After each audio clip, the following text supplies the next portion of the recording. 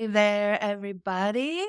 Today, I want to talk about a question I get asked all the freaking time, and it is, what's the best platform for my membership?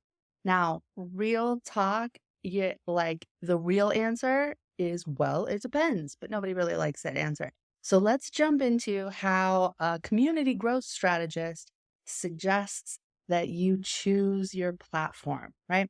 If you have any experience in investing in other platforms before you really get a chance to try them out, you know that you're not always really sure it's going to work out until you get in it and actually start using it. You may end up deciding to invest in a platform and then realizing that you have to adjust and reshuffle the entire digital ecosystem inside of your business to accommodate that platform. Or you might underestimate how much tech expertise is really needed in order to make that platform work for you. Worst case scenario, you end up investing in a platform that's a miserable experience for your customers and they don't enjoy their membership and they don't consume your content and it becomes a freaking wasteland. Boo to all of those things. Am I right? So, what do we really want? We want a place where people want to be and participate.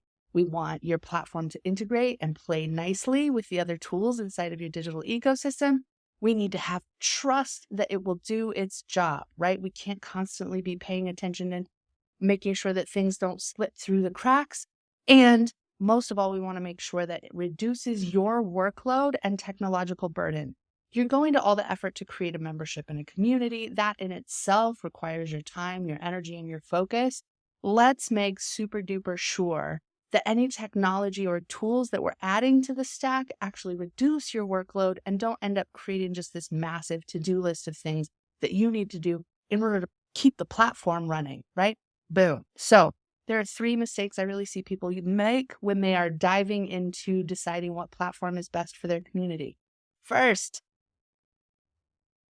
they go asking in random groups what platforms other people picked, where they get zero context, zero understanding of if that platform worked for the other person, why it worked or it didn't work, if it's actually a good solution based on their digital ecosystem, what other products did they try to integrate with it, and did they decide to keep it or change it based on not understanding how to leverage the platform or their program, or was it really just a falling down on the technical landscape part? Tricky, right? So number 1, while that may be your first inclination, is to go asking in groups. Don't go asking in groups because they don't have the answers for you. Where are the answers? Girl, they're in this video. I'm going to show you how to get the answers from where they're from, which is inside yourself because you know better than anybody. Okay? So, next mistake that people often make is they decide or make choices based on the cost of the platform alone. Listen, kittens, I was in technology forever. I've designed, launched, and built apps on every single platform on the planet that I know of thus far, right? And so here's something I can tell you about what you pay for when you pay for a monthly fee and when you pay for transaction fees. Couple of things. 1, you are paying for people to be your tech support. A good platform has a tech support that doesn't send all the problems to you, right? If somebody is struggling to use the platform, they go to the platform support to get it. Do you want your inbox to be filled with things like, I can't log in, I don't know my password? Because, girl, people get those messages. It's also why I really, really do not recommend WordPress plugin specific solutions unless you've got dedicated tech help on your team, because those kind of emails filling up your inbox, it's not a great way to spend your day, right? So when you're choosing based on price alone, what you're basically choosing is a less effective product that will add to your technical energy overhead, right? So if you have to answer all the support questions, that's a bummer. If your payments don't go through, if somebody's recurring payment bounces or they change their card number or whatever, the platform that you have chosen has technology in place to continue trying to retry that transaction or give up on it altogether. Now, if you choose a platform that doesn't have a price for the transaction, usually like 2-3% max, you'll find that you'll be relying on the defaults like Stripe or PayPal, where they try 1 or 2 times and then they stop trying, right? And now you manually got to manage the process. So when you're paying for a platform that tries transactions more than once and keeps track of them and keeps the access between the person whose subscription is current or not and their ability to access your content or not, you're paying for that lovely management and smarts that's happening inside of that technology. And by the way, the entire development team and company that runs that platform continues to deliver updates, continues to build, right? Like creating your community experience, your membership experience on a platform where the technology is letting you down in that way will put a lot more on your plate in regards to manual upkeep and keeping things from falling through the cracks, right? The other bit about choosing on price alone. Choosing by price alone is actually 2 mistakes. First, you're choosing on price will diminish your technical ability to support. Second, choosing by price means that you're not taking into account your larger strategy of what you charge for your membership and the cost of running that membership and the business, right? A lot of us make this mistake. We get so excited about the recurring revenue model and we go, 1,000 people at $10 a month. Holy shit, that's 10,000 people. I can totally do it. Boom, boom, boom, boom, boom. I'm going to be making $10,000 in profit. And you absolutely leave off the element of like, in the future, you may need a community manager. How much does the technology cost? How much of your time will you be spending managing this platform besides delivering on the promise of your membership? Which is why I recommend to my clients that we do some strategic work around choosing their price well before we dive into the platform or make platform choices based on cost alone. So the 3 mistakes that you really want to avoid: asking random people what technology they use without any context to why they chose it, what worked or didn't work for them, and understanding their whole perspective. I don't know why you would spend time doing that when you can do that investigating yourself and pick the right solution. But, we're all kind of creatures of habit and we can't help ourselves.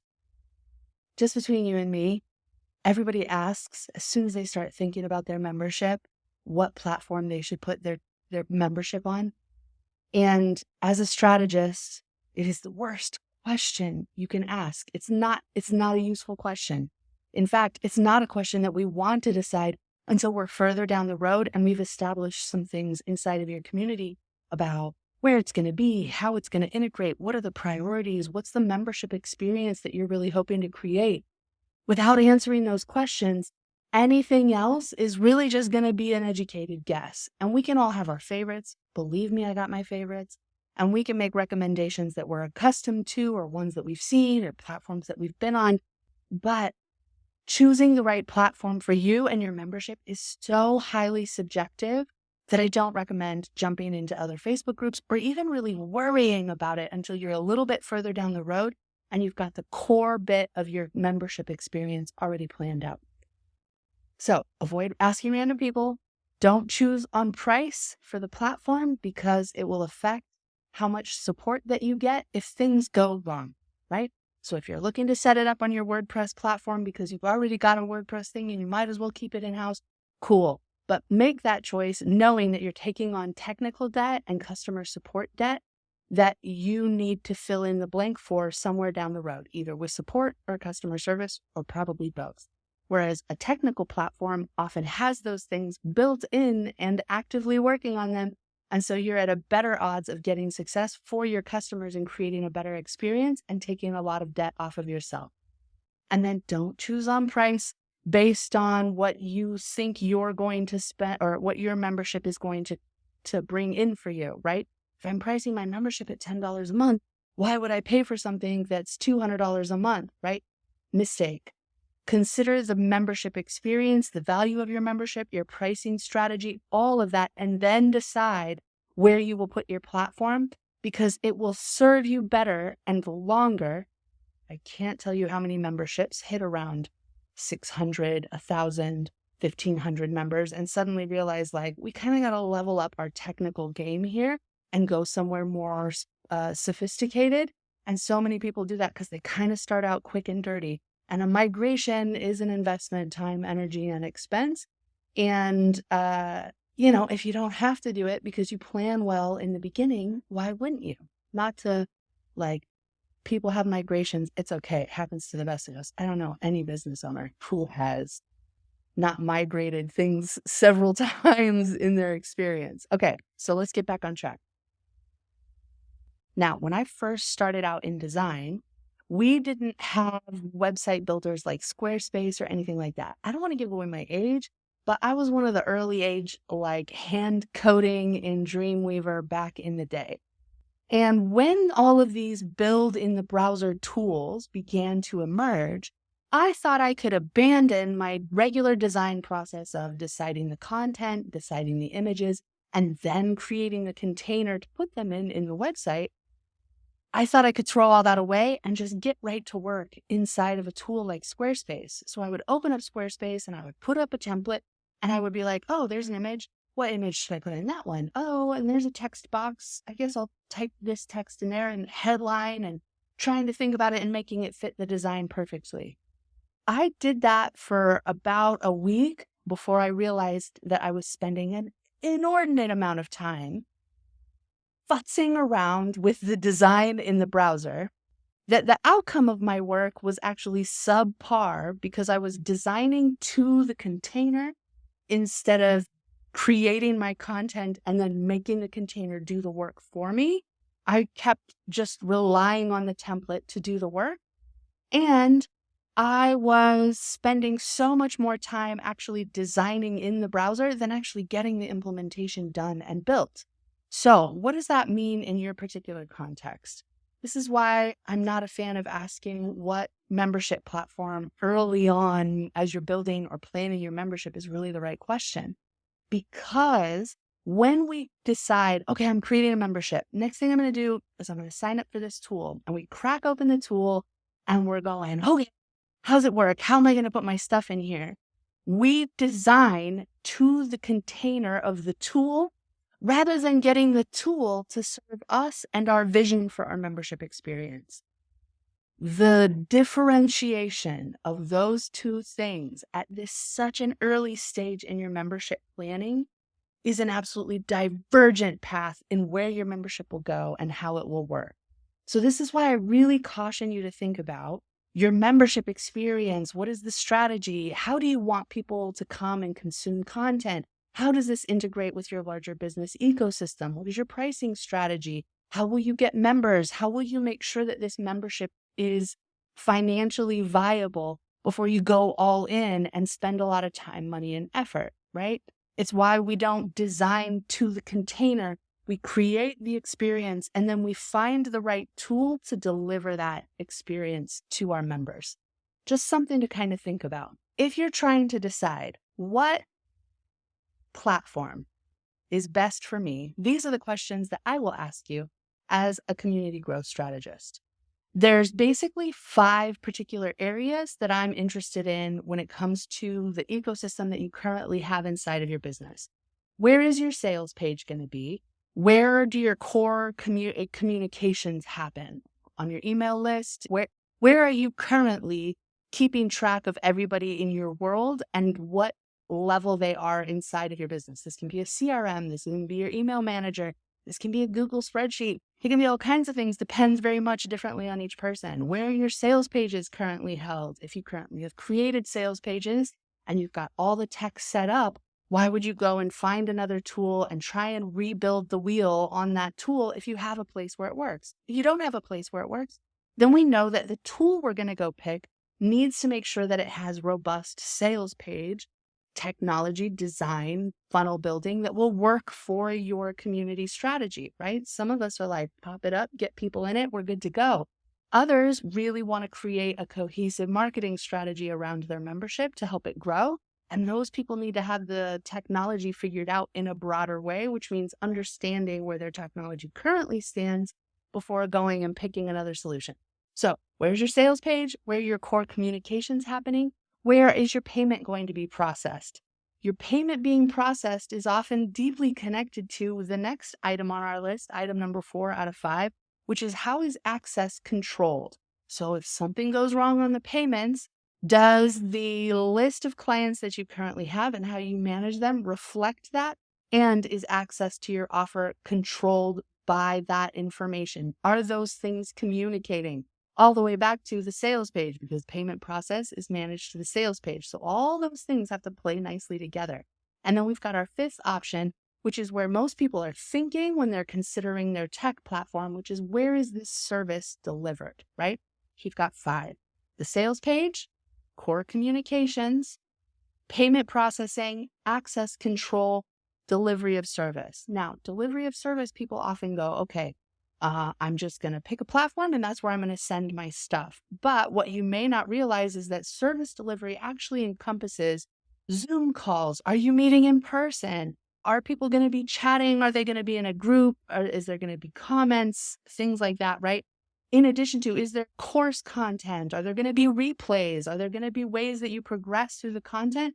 Or is this just like a stream of content that people are going to tune into?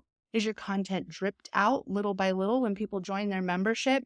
Or is it you join the membership, you catch up to where we are? Or is it join the membership, you catch up to where we are, and you get everything we've already done? You see why it's so important to really have, before you dive into the platform decision, understand what kind of membership experience you're creating, understand your content and your pricing tiers, so that when you get to the platform, you have a destination where with all these things tie in, right? Okay, so I'm hoping that this was a quick overview of how you can choose a membership platform that is right for you. The truth is, it depends. You're going to need to pick the one that is best for you based on the combination of these factors. And then if you want help, let me know what the combination of these factors is for you. And if you've done some pre-work inside of your membership, and now you're trying to decide where is the best place for me to create this experience, at that point, it's just a matter of picking the right tool that will deliver the membership experience as you've designed it to your members in the absolute best way possible. So, bringing this video to a quick close, remember, choose your costs wisely. Okay, you're saving money on the platform, but where is that going to come in later? And do you already have it covered? Or is that something that you're putting on your to-do list to manage? Second, design your membership experience and strategy first, because when you do, the solution that you pick for your platform will be that much better because you're creating an experience first and not a tool first, right? We want to use technology for what it is, which is a support for our goals and to help us accelerate and make massive impact, not to ride the tools hoping that they know how to get us to our destination. That's just not how tools work. And then we want to make sure that you choose the one that is best for you because it integrates well with your existing digital ecosystem, and you understand how your membership will be delivered inside of that container. Go hard on making your membership the place to be, not the platform. So one last little tip as we're headed out the door here. When it comes to people being worried about engagement, oh my God, the algorithm, blah, blah, blah, blah, blah, blah. How am I going to get my people to leave Facebook? I get this question a lot. I wasn't going to include this, but I'm going to. Here's the deal. When I take my phone and I pick it up to start browsing the internet, why am I doing this? It's to dissociate or distract me from whatever's happening right in front of me, right? So if my community is on Facebook, algorithm aside, my headspace for absorption, interest, focus, all the things that are absolutely essential to my getting the most out of my experience inside of my membership, all of that is abso-freaking-lutely off the rails in comparison to, it is time for me to get the results from the thing that I invested in, and I'm going to stop what I'm doing and go to this place and do it. Just consider it. It doesn't mean that Facebook isn't right for some people, because Facebook can totally be right for some communities, right? Not all, but some communities. The thing is that mental shift alone will make a massive impact inside of your community. Now, the second bit and how you decide or make your platform the destination. It's not about whether your people have been on Mighty Networks or they've been on Skool or, oh my God, they know this platform or they don't know this platform. Your job as the leader of your community is to softly shepherd your audience where they need to go and show them what they need to do and lead the way. Until your community gets to the point at which it's scaling and there are other people and stakeholders inside of the community carrying the weight and energy of that community and helping you shepherd the herd along, you're responsible for making sure that they follow you and go where they need to go and know what they need to know, which means it's on you in part of your onboarding experience for new members to take them by the hand and show them where to go and make it the destination and include some FAQ videos and some little tours and some behind the scenes to set them up for success. It's actually a huge point of leverage in the world of retention. When you do this in the beginning of somebody's membership, the more automated you can make it, the better. But it's absolutely a game changer when you take the time and effort in your membership experience to go, oh, you just purchased the thing? Great. You're in the right place. Let me show you around. Let me hand you a drink. The band is outside by the pool, right? Oh, have you met Jennifer yet? Jennifer, you have so much in common with Doug. Carry on, my bros, and they get to go and have a conversation. Community is all about that initial feeling comfortable at the party and making connections that make them want to stay for a really long time. And so when it comes down to, oh my God, but I picked this platform and I don't know if it's the right platform because people aren't really going or doing what it is they need to be going or doing. Girl, it's because you need to put your back into making sure that you have done the leading and the shepherding of your membership in order to ensure that they get results. It makes all the freaking difference. So I hope that in this video, you've gotten some ideas and some guidance on how you can go and choose the best membership platform that is right for you without needing to rely on the advice of strangers that may or may not be right for your business, right? This is all about making it real for you. Now, that being said, of course, I've got my favorites and a lovely little Starlight's recommended platforms doc that goes along with this. And if that's something that you would like, make sure you leave your information or reply to this or wherever it is that you're seeing this. And I will send you the inside track on my favorite recommendations. But do the homework for yourself first. Resist the temptation to decide what platform you need to do right now out of the gate. Create and plan the membership experience that you will have first. Decide your launch and marketing strategy. Assess your current digital ecosystem. And then when you have that information, choosing the right platform will be a decision like this. And you can close all of those freaking tabs and unsubscribe from the 457 trial accounts that you've set up and actually have a successful membership that will excel your vision and have massive impact in the world. Okay? That's it from me today. Thank you so much for joining me. I will talk to you soon. Ciao.